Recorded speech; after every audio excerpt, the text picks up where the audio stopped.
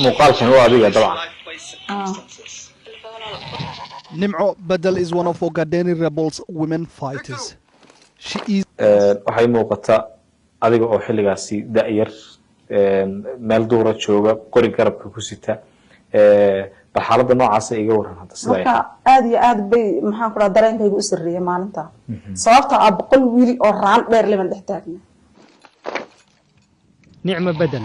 إحدى مقاتلات الجبهة قتل زوجها وأخوها أمام عينيها waxaynu naqaanaa dumar oo waxaynu hore u nidhi waa Barimageedo balse gabdhahani waa halgamayaal hubka u qaatay halgan gobonnimo dirir oo xornimo ay ka dambayso waxay sanado badan jibaaxayeen buur bacaad iyo bari aad u kala fog si ay maalin ugu noolaadaan nolol milge iyo sharaf leh halgan walba waxa uu leeyahay dhiiranayaal u dhiifoon waa daljirayaasha dhib kasta oo maray in ay difaacaan kuwa taasi moog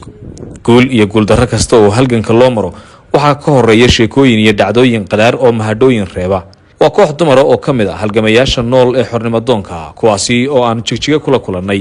waxa ay ka warramayaan taariikh halgan dhib iyo dhaawac dhimasho iyo dhumid xabsi iyo xakaar iyo boqolaal masalo oo ah wixii halaag la soo maray ama se dhacay intii ay hawdka ku jireen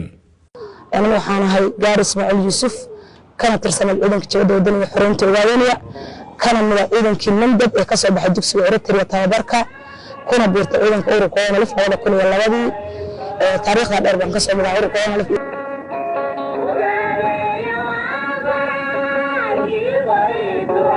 waa halgamayaal hubka u qaatay sidii dadkoodu ay gobonnimo ugu noolaan lahaayeen sanado badan ayaa ay duurka ku jireen dumarnimadu kama hor istaagin in ay xabado noolnool kala hortagaan kuwa si walba uga xoog badan waxa ay ka tageen qoysaskooda iyo wax kasta oo ay jeclaayeen iyaga oo ku biiray halgan nafhurnimo ah qaarkood naftooda qaaliga ah ayaa ay ku waayeen qaar kale waa ay laxaad beeleen kuwana ilaa hadda waxa ay la nool yihiin xasuusaha macaanka iyo qadhaadhku ay ku dheehan yihiin gabdhaha qoriga ku gaashaaman kasakow waxa iyana jiray qaar kale oo codkooda ugu heelinayay halganka gobonnimo doonka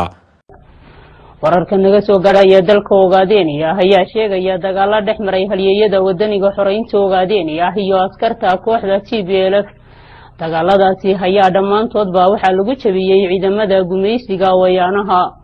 farxiye xuseen waxa ay ka howlgalaysay idaacadda codka dadweynaha Soomaaliyeed oo fadhigeedu ahaa magaalada Casmara ee dalka Eritrea والله dareen aad u badan bay ii sameeynayay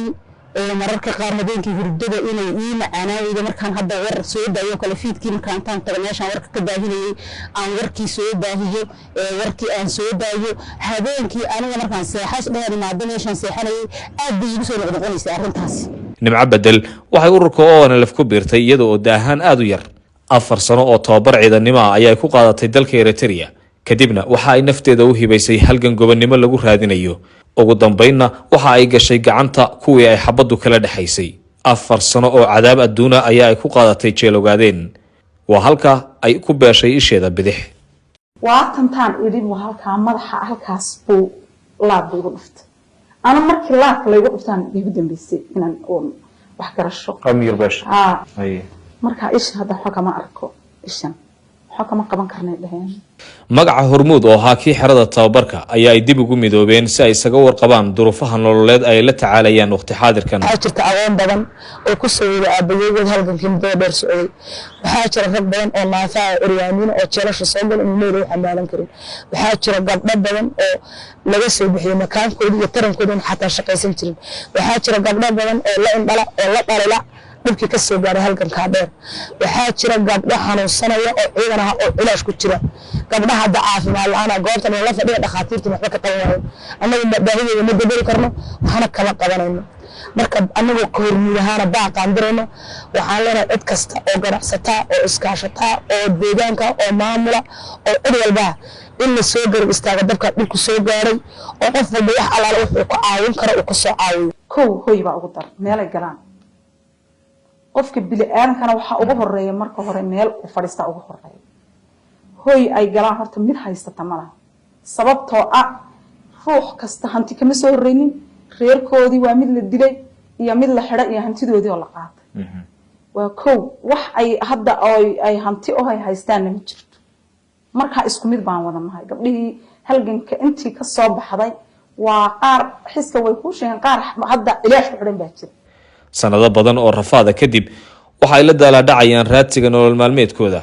ma jirto garowshiinyo iyo garab istaag ay ka heleen dadkii iyaga dartood loo dhibaateeyey. waa kuwo u muuqda in durbaba si dhab yar loo ilaaway, balse waxaa xaqiiqa in aan magacyadoodu ka tirmi doonin xaashiyaha taariikhda.